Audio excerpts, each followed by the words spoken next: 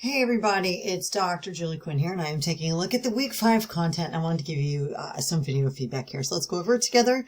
Then if you have any questions after you finish watching this, don't hesitate to reach out and let me know. Okay, so in week 5, obviously with the overview prompt, I'm just in the content. And then as you go to content, just clicking on week 5 and starting with some of our overview landing, and then we'll look at the learning resources. The goal is to look at some of the content from UMGC's Career Services Unit on resumes and cover letters. There's some video content on the writing of memos and breaking out of text.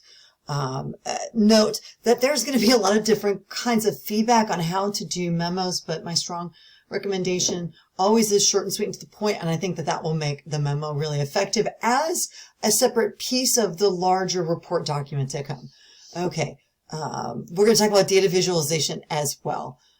You will have a discussion topic on selecting and integrating graphics. Now, you have integrated graphics on writing assignments 2 and 3, and you're going to be integrating graphics on writing assignment 4. And my strong recommendation is don't borrow any generic Google shots of like two people across a desk from each other shaking hands, or a cartoon image of a cartoon burglar with a bag of money on their back, or just the image of a keyboard. I think that that's not going to convey data, and our goal truly is to convey data. So that's what we'll be working on this week. Okay, so when you go into the learning resources themselves, we've got the resume and cover letter links in our Career Services Unit, and we've got some sample different cover letters. Somebody who's staying in their field and just working toward promotion, for example, or job hopping, but they've got years of experience.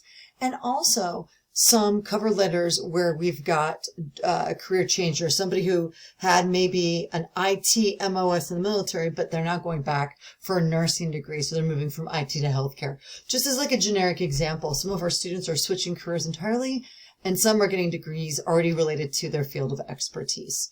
You can see the information here in the memo, basic memo sample with the organization, the to, the date, from, and subject, and then just that basic information. I would ask that you add a salutation. Dear Mark, I think would work well. And then, of course, a closing with your own signature at the end is nice for a memo, but I don't think you have to go much further than a couple of sentences at the most. Okay. So let's make sure we've covered everything here. There's only one page of this. Sometimes there's 2 or 3, so sometimes information in the learning resources seems to be hidden, but in this case, not so much. Your APA documentation, it doesn't have to, the whole of the report does not have to be an APA style. Like, it doesn't have to have that cover page, and it doesn't have to be double spaced. The only things that need to be an APA style are your in-text citations, like when you borrow sources, how you quote it, name it, or how you paraphrase and name the source, and a references page. That's all that needs to be in APA documentation. We've got how do you continue to cite a source multiple times, and we've got some notes on the visualization of data. That will help you in your upcoming discussions. And you'll see here, discussion 1, we've got some information on selecting and integrating graphics into your writing.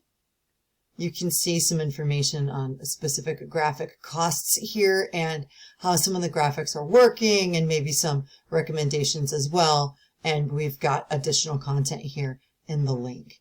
Okay, and I'll be giving feedback on that. Now, we've also got discussion for week 5, the effectiveness of AI writing in a memo.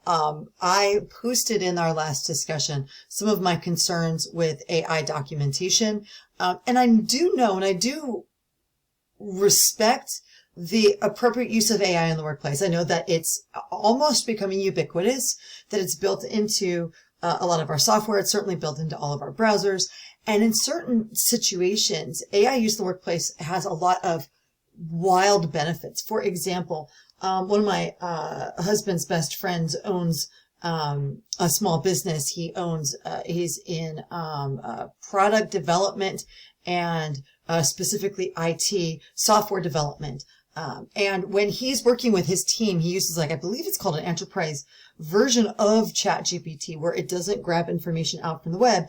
It just reuses information he's pre-programmed into it. So for example, if he crafts a bunch of notes for a team meeting, he'll plug it into ChatGPT and ask ChatGPT to give him a slide deck or to create X, Y, and Z based on his pre-written notes. And he's doing this. It's his business. He can do that ethically because it's not grabbing information out from the web and hallucinating.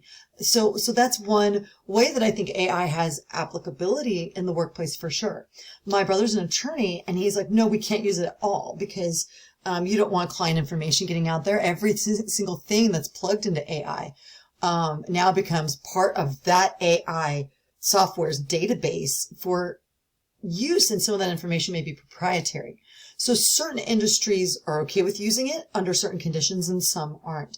In our case, you can use it as long as you document what parts you've used with quote marks, which parts of this that in any of your work to come were written by AI, because I want to see where your writing begins and ends and where any borrowed information begins and ends. And unfortunately, sometimes information written via artificial intelligence is hallucinated. I've seen that so many times where it says a source says something, or even the AI makes up sources entirely. So I think it's pretty risky to use AI on any of these assignments, but you're going to get a chance to take a look at some of the perhaps helpful tools, maybe formatting, maybe not forgetting a piece of the memo, but at the same time, in the end, this is a writing class. It's writing dominant, and anything you borrow, say for example, if this was your memo and that part was borrowed, I would expect you to put that in quotes for my reference,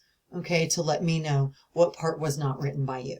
And then that would be acceptable. So you're being very explicit and clear with how you're using it, and you're documenting it as a source in your references, reference entries as well. So you're going to get a chance to take a look at this. You're going to get a chance to see the positives and some of the concerns. And I'll create a video of my own that I will post a little bit later talking about what I see, but I'll allow you to have a chance for posting that first. Okay. So writing assignment 4's report to the supervisor. I'm not going to go over it again, because I have an overview of that in a prior announcement video. But the one thing maybe I would like to show you is on the assignment overview, there's also what we call a rubric and checklist. So we've got the rubric added here. Let me pull the rubric up for you. All right, so actually I'm going to go in the same way that you go in. I'm viewing this as a learner, so you can see that rubric right when you click on it. There's two parts to this. You've got that landing page with the assignment instructions. That's that assignment overview. And then you've got the rubric. So I always tell students, use this as a checklist. You know, the length, if you're submitting this as a draft, your length doesn't have to be 1,500 words for the draft version if you're anticipating doing it early enough to get draft feedback. But if you're at, 1,000 words, 1,100, the more you have, the better feedback I can give you. But for final version, you're going to want to hit this window and you're not going to want to go over it. I usually count the length as from memo to the end of the conclusion. I generally don't count the references as part of that. So say 2,300 words I'd be really comfortable with. You want to be succinct. You don't want to go too long. Your reader may not have the time and ability to read a 3,500 word report. So your ability to determine what are the best pieces of data to use and how to organize that is the reason why there is a word count here. Let's see. You need to have at least 2 graphics. You're going to need to have at least 5 sources cited in the problem and solution sections of the report. You don't want to have them all in just the solution or on the problem. You want to sort of spread it out to show you've researched on both ends of that report.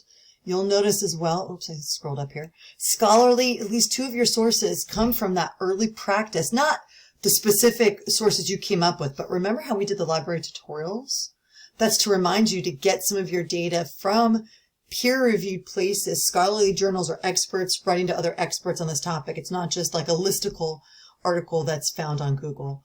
The memo's not actually worth a whole heck of a lot of points, but we are practicing them because regardless of industry that students in this class are in, you're going to be writing a ton of emails, and memos mimic emails significantly. especially when you're writing to peers. So we just get a lot of practice in on that, although the value is quite low on the assignment. You'll have an executive summary. Later this week, I will post a video review of executive summaries. The executive summary is the miniature of the entire report, and you're going to have an opportunity to give your readers specific information from the report in case they don't read the entirety of the report. Right? That's why you don't want your memo to be too long. And the executive summary provides a nice, thoughtful summary. And I would say you're also going to want to use headers to show the sections of the report to come, because your report does not have a table of contents. The vast majority of your point value is in the problem and the suggested solutions section, right? Referring to specific tasks and functions. I'm looking for comfortability or comfort with understanding the assignment and comfort with working in your sources as you go. The relevance of your sources, like the data you provide, is directly related to the argument you're making, right?